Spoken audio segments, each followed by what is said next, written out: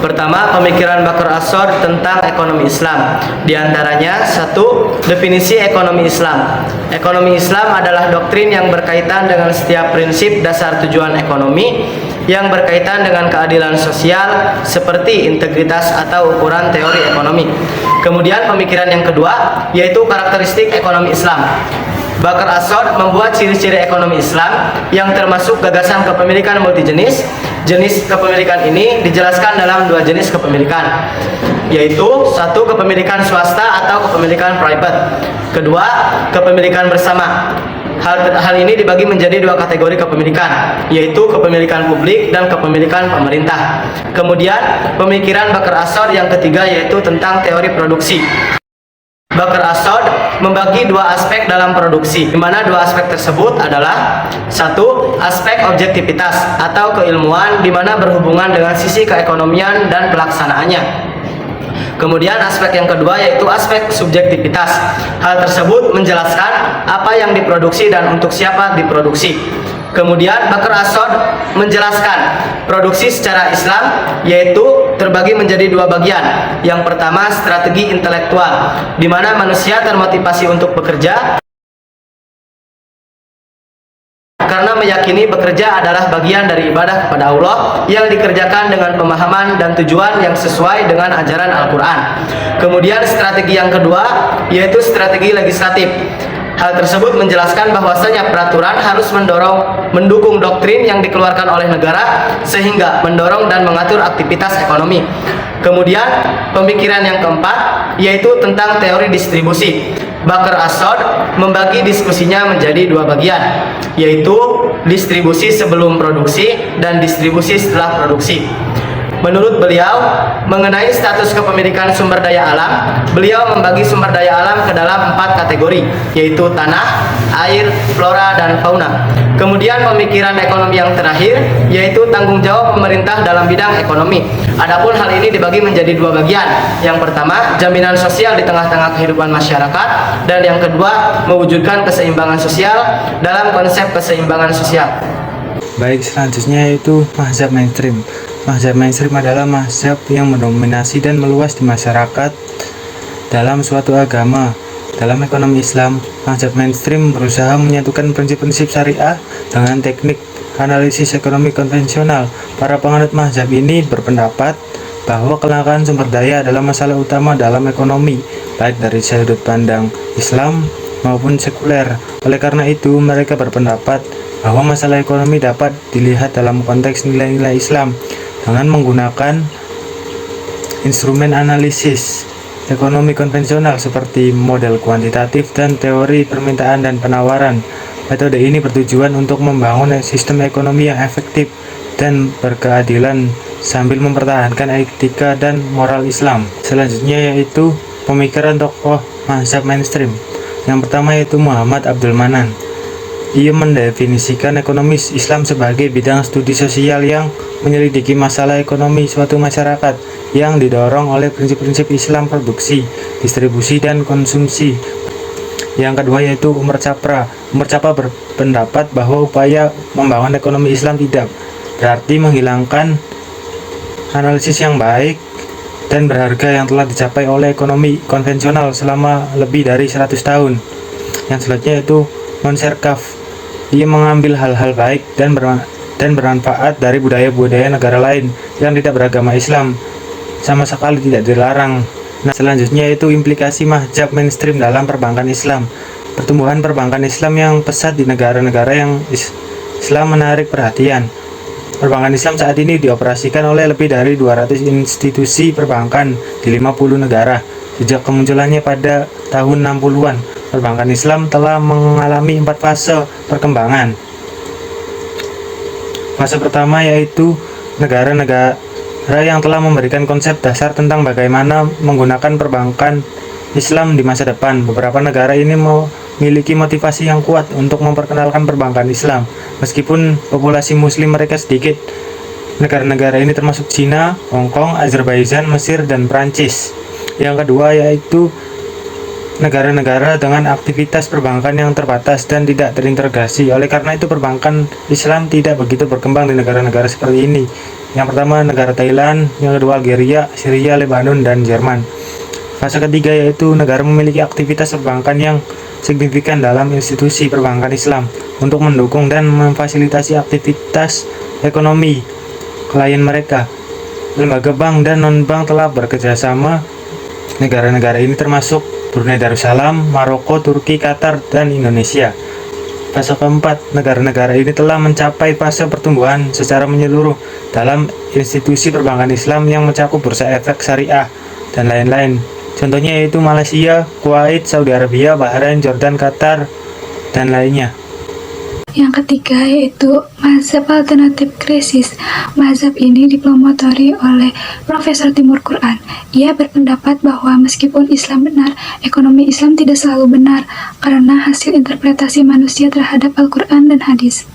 Mazhab ini mengajak umat Islam untuk lebih krisis terhadap kapitalisme, sosialisme, dan ekonomi Islam itu sendiri. Yang pertama ada aliran alternatif krisis. Pemikiran Timur Quran mengkritik ide ekonomi Islam tentang keadilan dan kejujuran. Prinsip keadilan bertujuan untuk mencegah ketidakmerataan dalam pembagian barang, sedangkan prinsip kejujuran melarang pendapat yang dilarang oleh Islam untuk menyelesaikannya dengan cara ijma atau kesepakatan para ulama. Yang kedua ada kritik Timur Quran terhadap sistem ekonomi Islam. Ada 2 poin yaitu zakat dan bunga.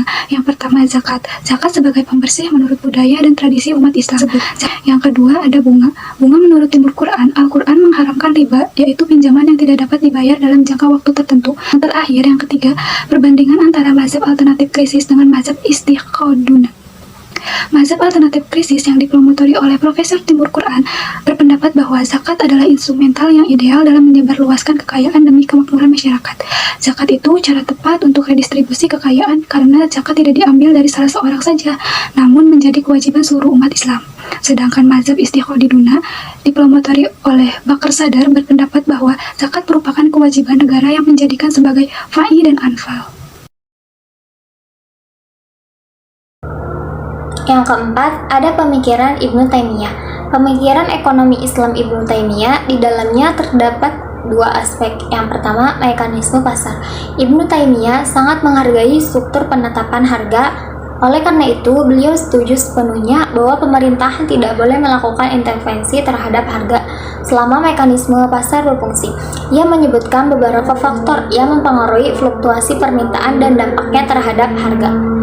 Yang pertama, kebutuhan manusia sangat beragam dan berbeda-beda. Kebutuhan ini berbeda-beda tergantung beberapa banyak barang yang dibutuhkan. Yang kedua, harga suatu barang tergantung banyaknya orang yang memintanya. Yang ketiga, harga suatu barang juga dipengaruhi oleh besar atau kecilnya kebutuhan terhadap produk tersebut. Yang keempat, harga suatu barang berbeda-beda tergantung orang yang melakukan transaksi barter. Yang kelima, harga suatu barang juga dipengaruhi oleh bentuk alat pembayaran yang digunakan. Yang kedua, ada mekanisme harga. Mekanisme harga adalah suatu proses yang berjalan atas dasar daya tarik antara konsumen dan produsen, baik di pasar output maupun di pasar input. Harga diartikan sebagai jumlah yang mewakili nilai tukar suatu unit tertentu dari benda. Harga yang adil merupakan harga yang dibayar untuk objek yang sama diberikan pada waktu dan tempat yang diserahkan barang tersebut. Materi yang kelima yaitu pemikiran menurut Muhammad Abdul Manan. Nah, menurut beliau pemikiran ini ada 3. Yang pertama yaitu produksi, yang kedua konsumsi, dan yang ketiga distribusi. Yang pertama yaitu produksi. Produksi ini merupakan aspek penting karena beliau berpendapat bahwa produksi dalam Islam harus mempertimbangkan aspek moral dan sosial, bukan hanya untuk keuntungan semata. Nah, tujuannya ini untuk memenuhi kebutuhan masyarakat dan menciptakan kesejahteraan bersama. Nah, sistem produksi dalam Islam harus dikendalikan oleh sistem kriteria objektif maupun subjektif. Nah, kriteria objektif ini akan tercermin dalam bentuk kesejahteraan yang diukur dari segi uang, sedangkan kriteria subjektif dalam bentuk kesejahteraan yang dapat diukur dari segi ekonomi yang didasarkan atas perintah-perintah kitab suci Al-Quran dan Sunnah. Yang kedua yaitu konsumsi. Beliau berpendapat bahwa konsumsi dalam Islam tidak hanya bertujuan untuk memenuhi kebutuhan material semata, tetapi juga harus mempertimbangkan aspek spiritual dan sosial. Nah, konsumsi ini didasarkan pada prinsip-prinsip etika dan moral yang bersumber dari Al-Quran dan Sunnah. Yang ketiga yaitu distribusi. Distribusi dalam Islam tidak hanya pada distribusi pendapatan, tetapi juga mencakup distribusi kekayaan dan sumber daya alam. Nah, pemikiran ini menjadi dasar bagi konsep distribusi yang lebih komprehensif dan berkeadilan dalam ekonomi Islam. Yang keenam yaitu pemikiran menurut Muhammad Umar Chapra.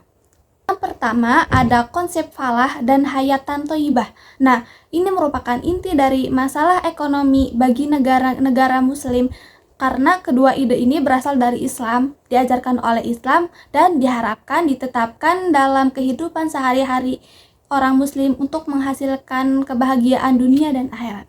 Hal ini membutuhkan moralitas persaudaraan dan keadilan yang lebih baik, sosial ekonomi menggunakan sumber daya yang tidak umum untuk mengurangi kemiskinan, memenuhi kebutuhan, dan mengurangi kesenjangan. Yang kedua yaitu kebijakan moneter. Nah, menurut beliau, kebijakan moneter ini dibagi menjadi 5 elemen. Nah, yang pertama yaitu target pertumbuhan dalam M dan MOM. Nah, yang dimaksudkan adalah peredaran uang yang diinginkan. Yang kedua yaitu saham publik. Yang ketiga yaitu cadangan wajib resmi bank-bank komersial. Yang keempat pembatasan kredit. Yang kelima alokasi kredit. Ketiga yaitu sistem perbankan dan lembaga keuangan syariah. Menurut beliau, bahwa adanya bank syariah sebagai instrumen pendukung dalam sistem keuangan Islam. Dengan sistem ini, bank syariah akan memperkuat perjalanan keuangan Islam, mengurangi gagal, dan diharapkan memiliki kemampuan untuk mewujudkan keadilan sosioekonomi dengan pelarangan bunga. Yang kelima yaitu konsep negara kesejahteraan. Nah, konsep ini sebagai solusi dari kegagalan sistem kapitalisme dan sosialisme. Tujuannya untuk menyampurkan kedua sistem ini dan menemukan cara untuk melengkapi kelemahannya masing-masing.